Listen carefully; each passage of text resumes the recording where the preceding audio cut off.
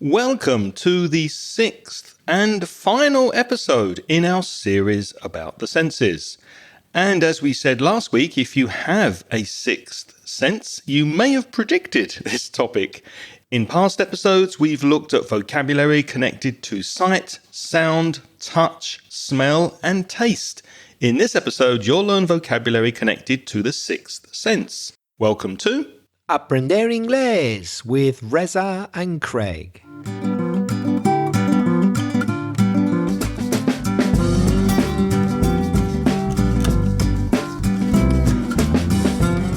Hello and welcome to the podcast, especially if you're a new listener. My name's Craig. And my name's Reza. And with nearly 60 years of teaching between us, we'll help you improve your English and take it to the next level. How are you, mate? I'm very well, thank you. And how are you? Yes, I'm fine, thank you. The conversation courses are going very, very well. Again, two groups of lovely students who are motivated to improve their speaking. So I'm very, very happy with the way the courses are going. Are you busy at the moment? I am busy as ever, but things are going well. I'm not overworked, but I'm busy enough. Okay, so let's kick off this week with a voice message from Saul from Mexico.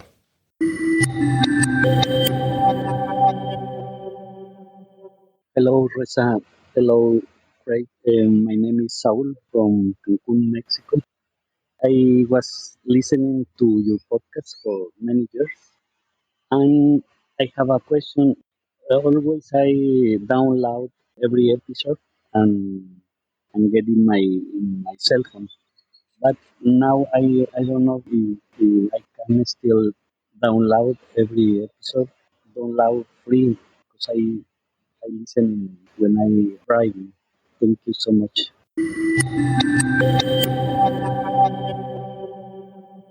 Thank you for your message, Saul. It sounded a bit like you were underwater when you recorded that. I don't think the audio was particularly clear, but I did kind of understand what you're asking. I think you're asking, how can you download the podcast? Well, that's easy. If you go to our website, which is inglespodcast.com, where you see the audio player, you tap or click where it says share, S-H-A-R-E. And when you click share, you see a menu, and one thing on the menu is download. So you just need 2 clicks or 2 taps if you're on your phone, share, and then download. And you find that on the audio player for each episode.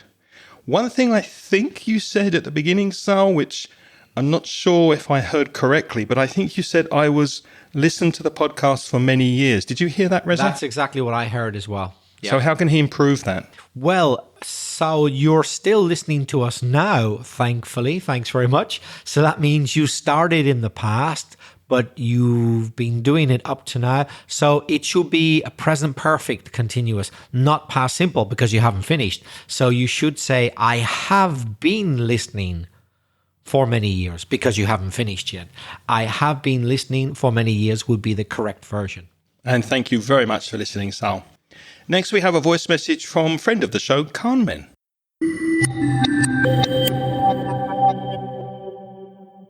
Hi, Reza. Hi, Craig. How are you doing? First of all, I'd like to say thank you for following my suggestion of making an episode about the 5 senses. You are both doing an incredible job, and I'm learning and enjoying all the episodes a lot. I was thinking that you might also talk about the 6th sense, intuition. Actually, it's not officially recognized as a sense, but everybody talks about it. On the other hand, I like to encourage all the listeners to send you voice messages because I feel it's a way to say thank you for your altruistic and helpful work.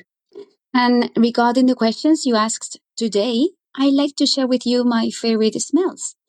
The smell of candles when they are blown out at a birthday party and the scent lingers in the room.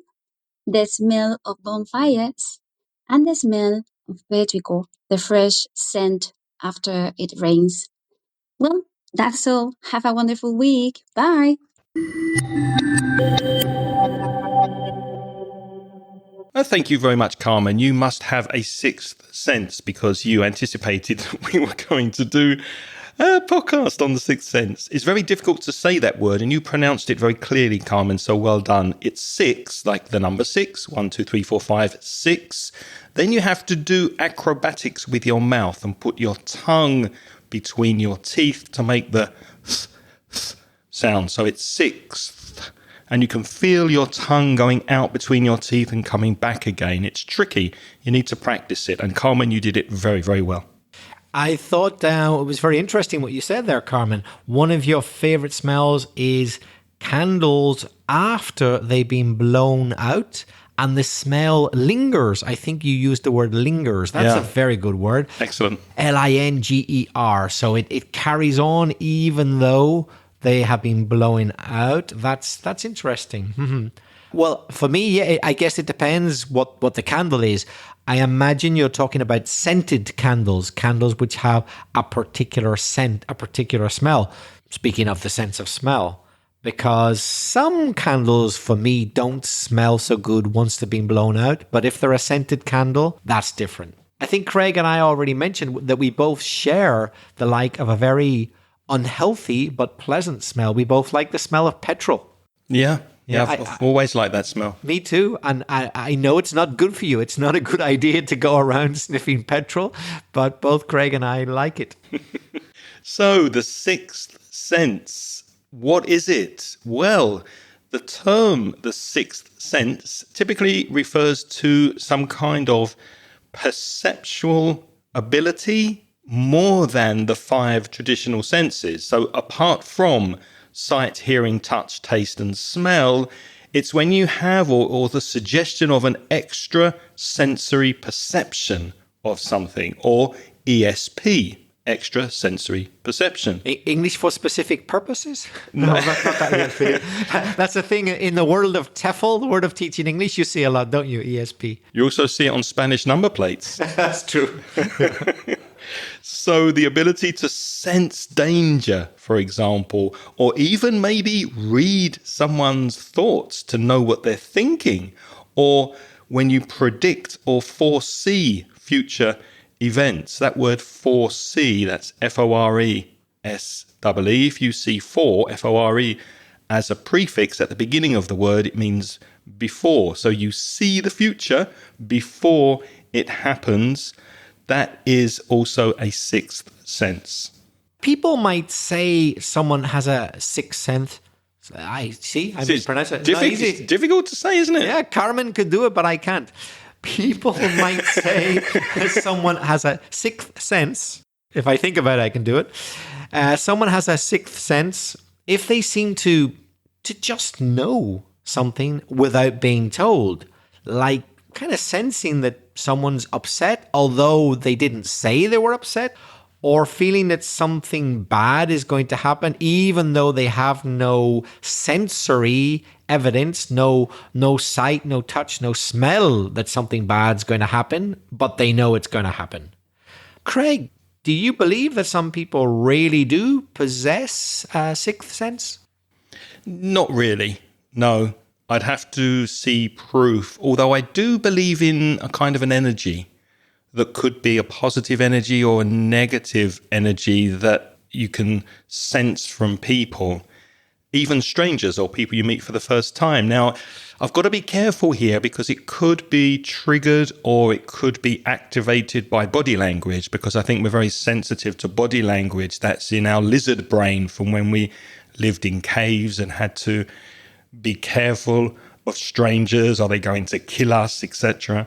But I've been standing next to people at a bus stop and just decided I didn't like a person. And I think that's some kind of energy that's coming out of that person.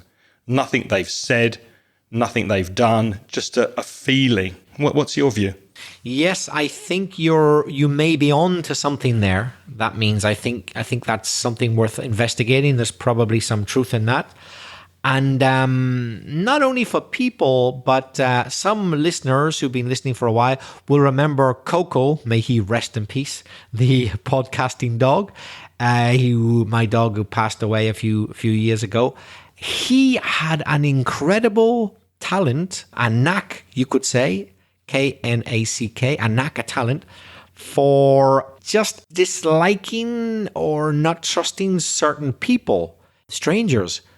I mean, for example, we'd be walking down the street, usually, for example, say beside the beach, a nice long walk, and he would growl a little bit. He wasn't very aggressive, but kind of growl and just makes general kind of indications that he didn't like certain people who walk past. But you know what?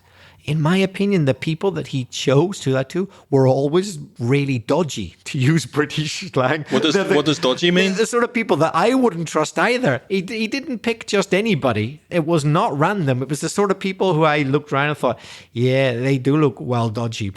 To look well dodgy is like, there's just something about them you think, suspicious. yeah, I don't like the look of them. He always kind of picked people you thought, yeah, I wouldn't trust them myself. He had a real knack of doing it, And obviously, dogs don't base things on the clothes you're wearing. They don't know if you've got a Gucci jacket on or rags. They don't care, do they? It's not that. But he always seemed to just pick out people you thought, yeah, good choice, Coco.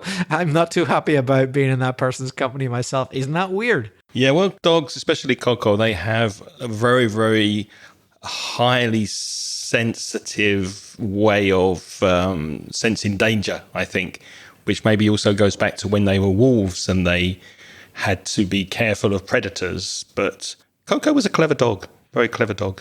And what about mothers? Very, very often you'll hear people claim that mothers, more than any other type of person, have a sixth sense, but only as regards their children, not in general, only mothers as regards their own children. Like they know their feelings or they know if their well-being is good or not. Do you think there's any truth in that for mothers? I don't think so. I think equally a father or a mother would be sensitive to the children. I don't think it's gender specific. I know it's easy to think that way because it's the woman who gives birth to the baby. So maybe there's a closer attachment, but I can't believe it myself. I don't see why a father wouldn't have a similar sixth sense or sensitivity to the child. Yeah, well, can you explain then? I've had conversations with my mom, not recently because she's a bit old now, but when she was younger and her senses in general were a bit better. Let's say I was on the phone to her, yeah, not a video call, just the voice, and maybe I hadn't spoken to her for 2 months or 3 months, and she'd say, oh, the sound of your voice, it's a bit strange. Have you lost weight? And I had. It's like, but how can you tell I've lost weight? You can't see me. But she'd say things like that. Yeah, I have lost weight. How did you know that? It's like, just the sound of your voice. How did she do that? Well, maybe your mood was a bit lighter. But how could she know that I'd physically lost weight without seeing me, It's strange, don't you think? Yeah, I'm sorry, I'm not convinced. Or maybe she was just guessing. Maybe it was just an educated guess. She just used logic to come to a very astute observation, perhaps. I don't know. Well, it could be intuition, which is the immediate understanding without conscious reasoning. Intuition, that's the noun. The adjective is intuitive. So if you are an intuitive person, you're very instinctive. You base a lot on instinct. So maybe it was your mum's intuition. And do you think that there are any ways that intuition can be more reliable than logic itself? More reliable than logic? Yes, in some situations, for example, when you have to make a quick decision, because rather than looking at data and logic, emergency response in situations where you need to respond quickly, for example, or in sport, when you instinctively do something in sport, that's not really based on logic. Or maybe if there's some kind of pattern recognition, you recognize a particular pattern in something, like a firefighter's trained to look for signs in a building, or a surgeon is looking for signs based on experience and studies of what's wrong with you, or chess masters that rely on patterns for the next move. That's not necessarily logic, that's more intuition. And we as teachers, sometimes in the classroom, if we have experience, we might change the course of a lesson based on intuition and not on logic. Yeah. Craig, how would you define premonition? Well, P-R-E, at the beginning of that word, that gives me a sign that it's something from before. So premonition is a strong feeling that something is about to happen. Something's going to happen in the future. If you have a premonition, and that's the collocation, to have a premonition, then you're kind of anticipating the future. You have a feeling that something's about to happen. A very similar word, but not exactly the same, would be presentiment. Again, we got the prefix prefix pre, P-R-E, then sentiment, and it's an intuitive feeling or sentiment about a future event. So it's something similar to a premonition. And the sort of person who might have premonitions or presentiments might be, for example, a clairvoyant. I know her. You know Claire, do you? Yeah, I know Claire, yeah. Claire? Claire's a good friend of mine, Clairvoyant? Claire. Yeah, clairvoyant. So Craig's joking here. It's not really a woman's name, though. It does sound like it because Claire, of course, is a lady's name. But altogether, CLAIRVOYANT is a person, a clairvoyant, and they have the power of clairvoyance, which is the supposed ability, because who knows if it's really true, to perceive events in the future or beyond the normal sensory contact.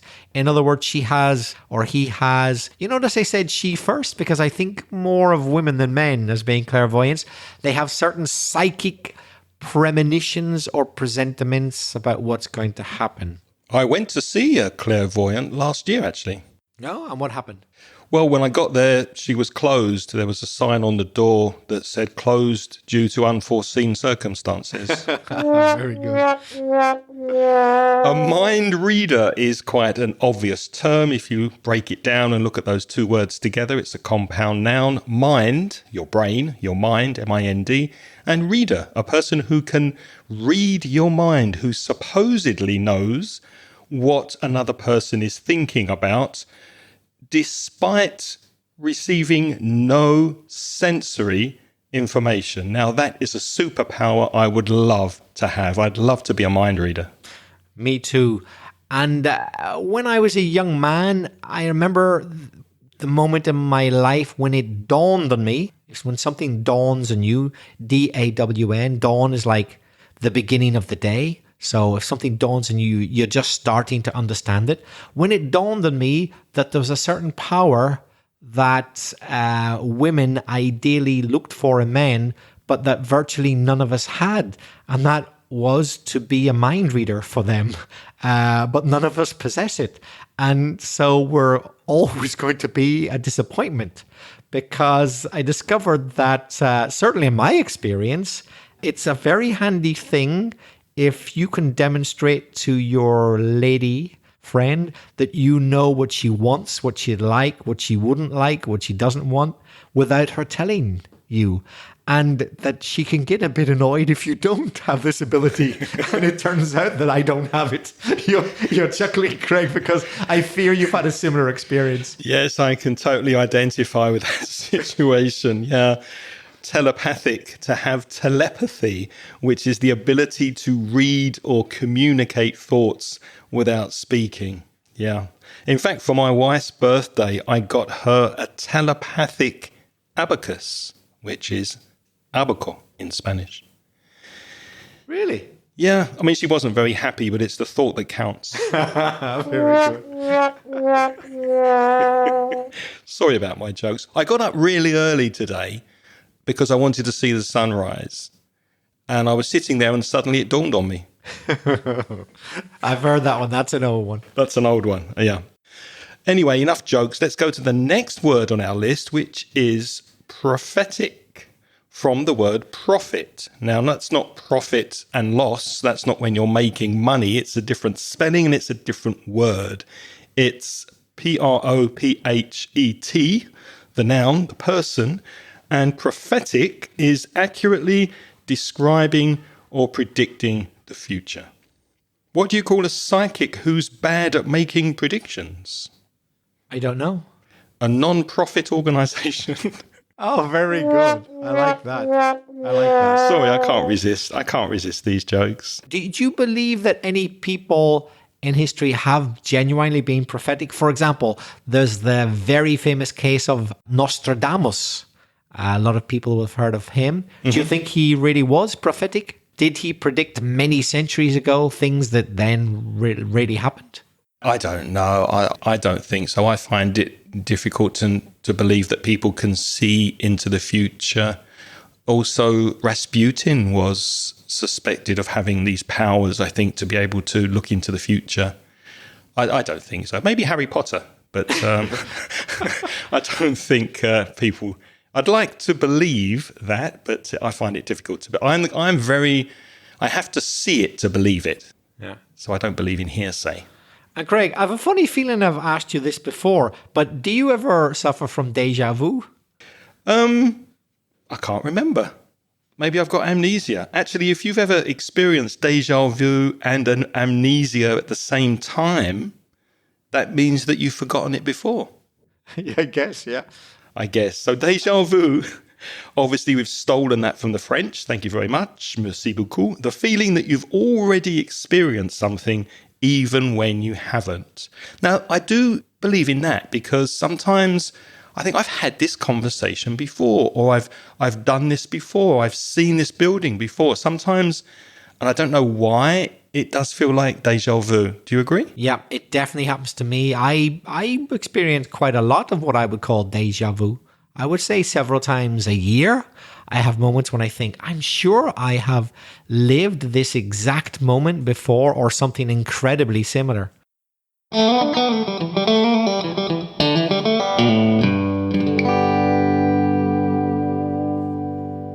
Let's take a quick break here because I know you listen to this podcast to take your English to the next level. But what about your speaking? Is your fluency improving? Are you happy with your speaking skills? My conversation course focuses on making you a more confident and more fluent English speaker. You'll join me and a small group of motivated students, and we'll meet on Zoom and have topical discussions, role plays, debates, and presentations that will expand your vocabulary and help you express yourself effectively in English. So be proactive and take the first step towards becoming a confident and fluent English speaker. Send me an email today to craig@inglespodcast.com and I'll send you details of the next online conversation course. Thanks for listening. Now let's get back to the podcast.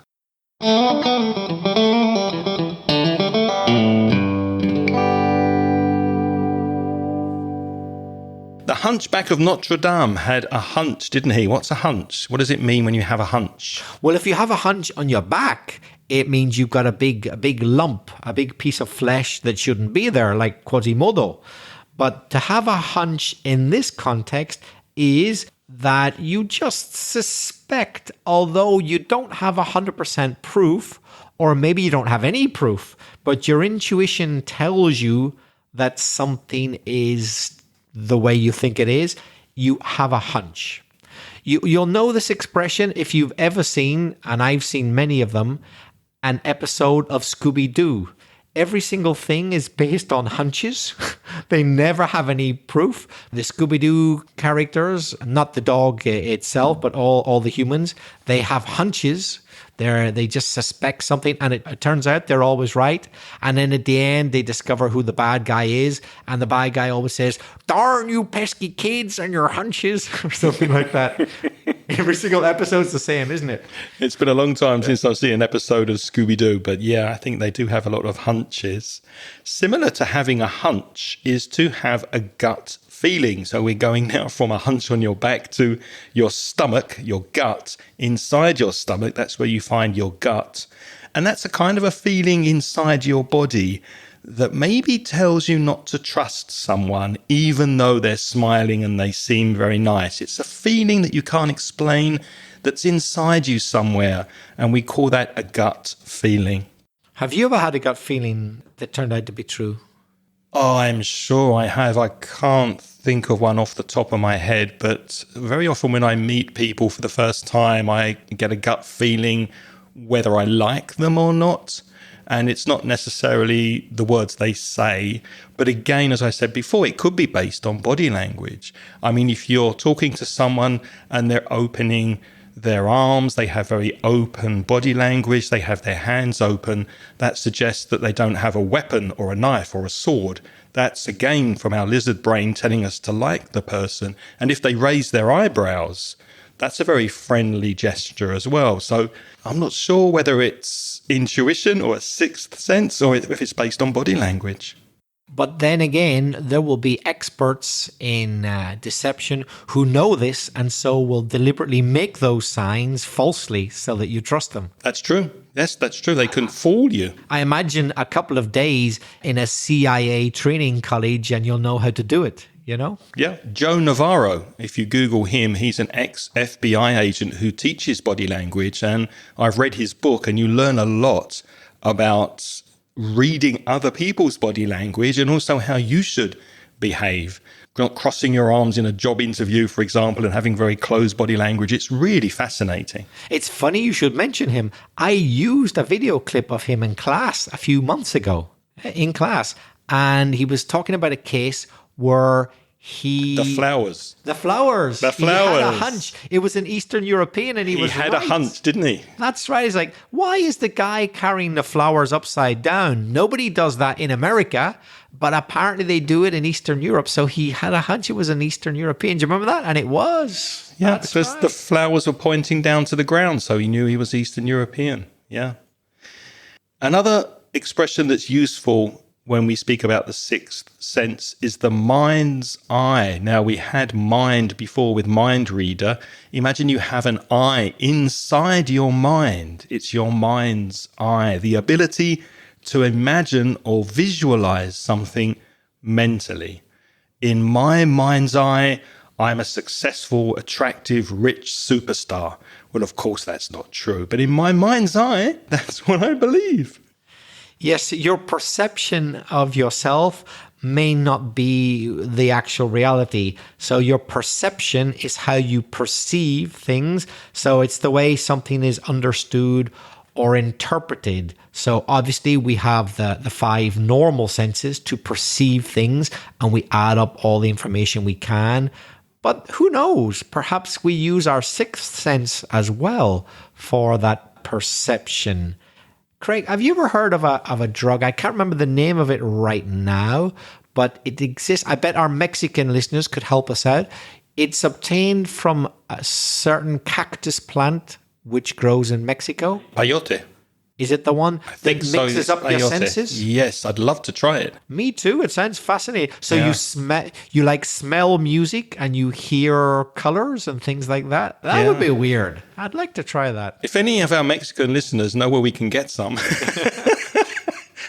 Now we're advertising for drugs on the podcast, Reza. I don't believe this. Can you imagine you're eating a steak or something like that and you go, that beef steak, it's a little bit flat. Yeah, it's out of tune. It's a weird idea, isn't it? It's not playing the right tune, yeah. Or the color of that painting, it's very tangy. Yeah. Yeah, those potatoes are too loud.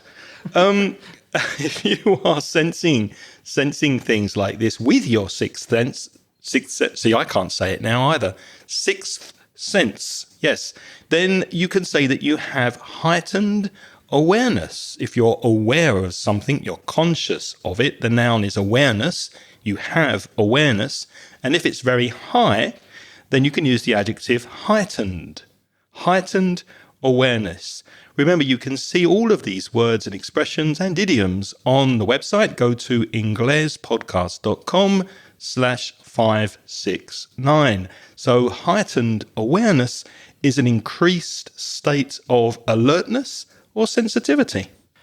Now, of course, psychologists or psychoanalysts, when they're talking about your senses, all five, and also the sixth sense, are very interested in your subconscious.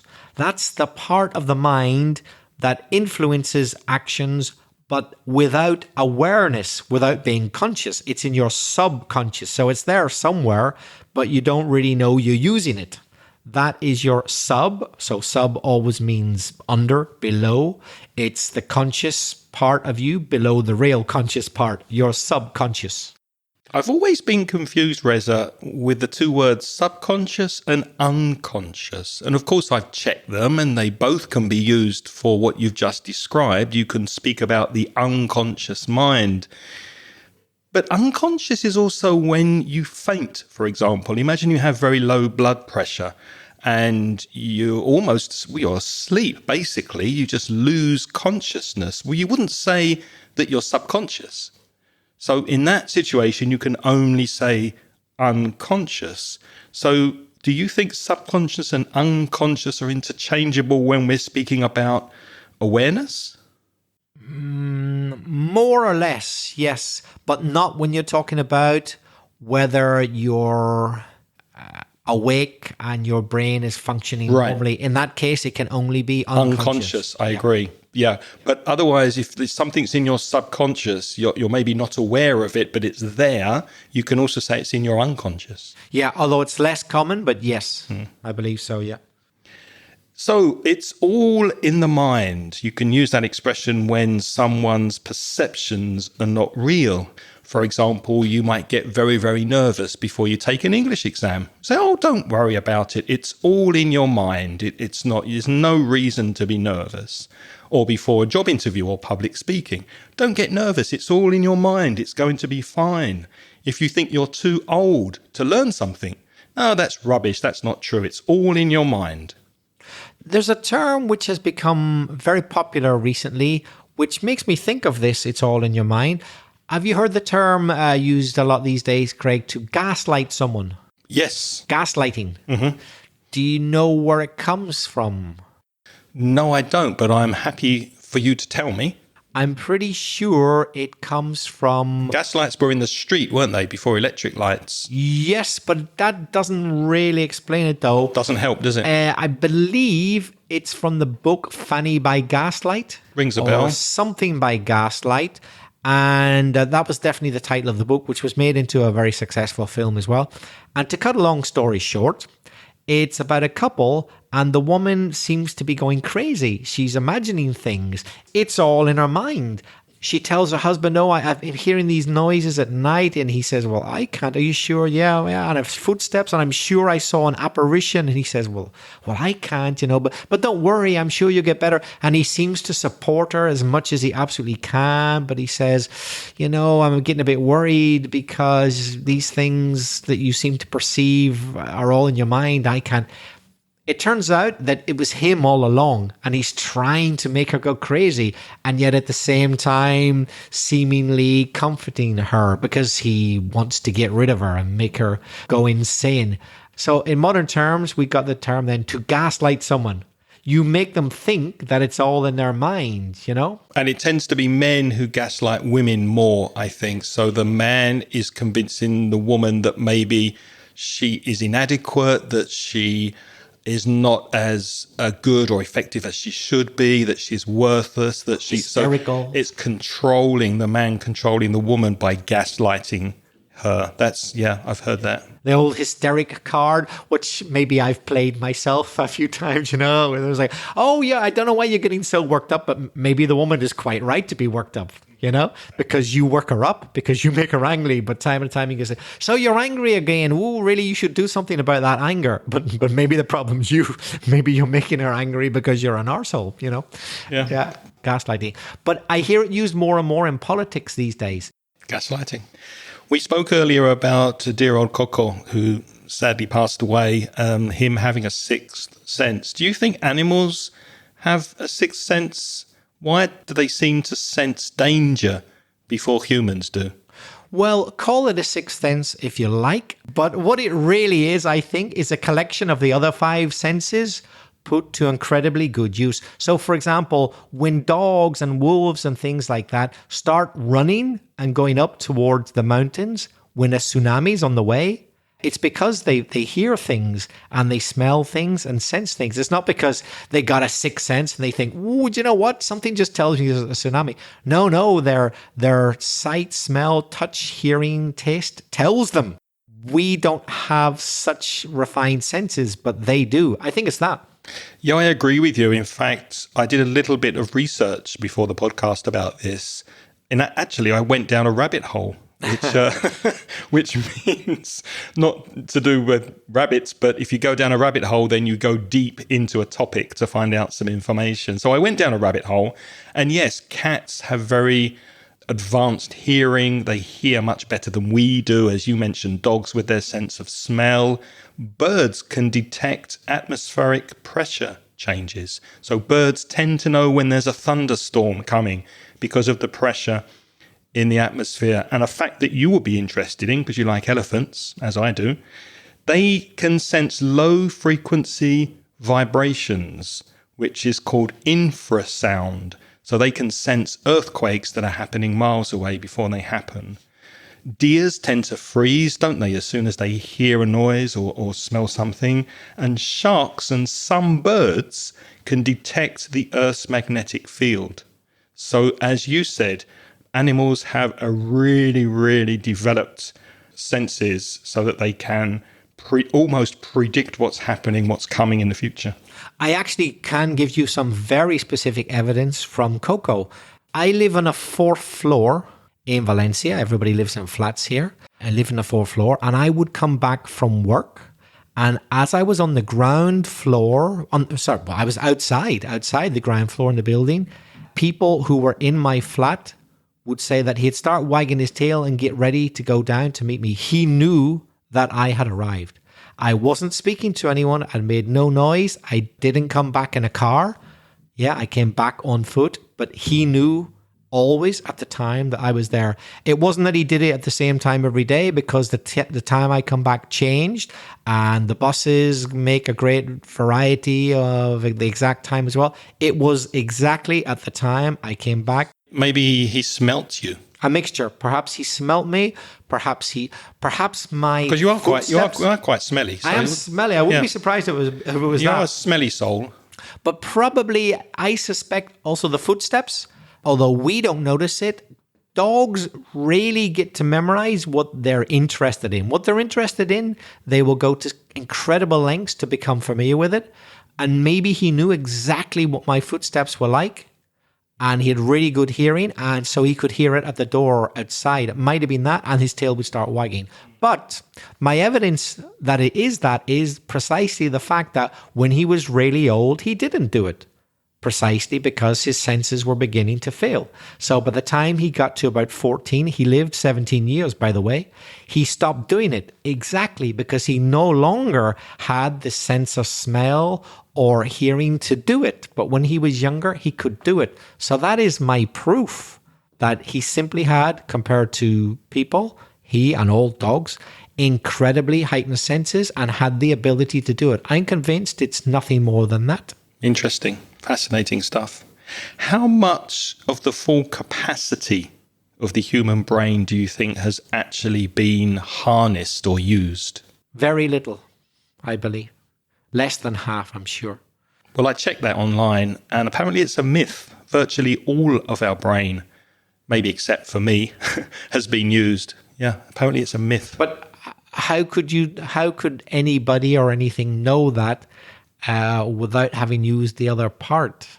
Because they can measure the brain now, the electrical signals in the brain, so they put sensors on the head, and they can measure brain waves, and they know which part of the brain is active because of the electrical pulses, I think.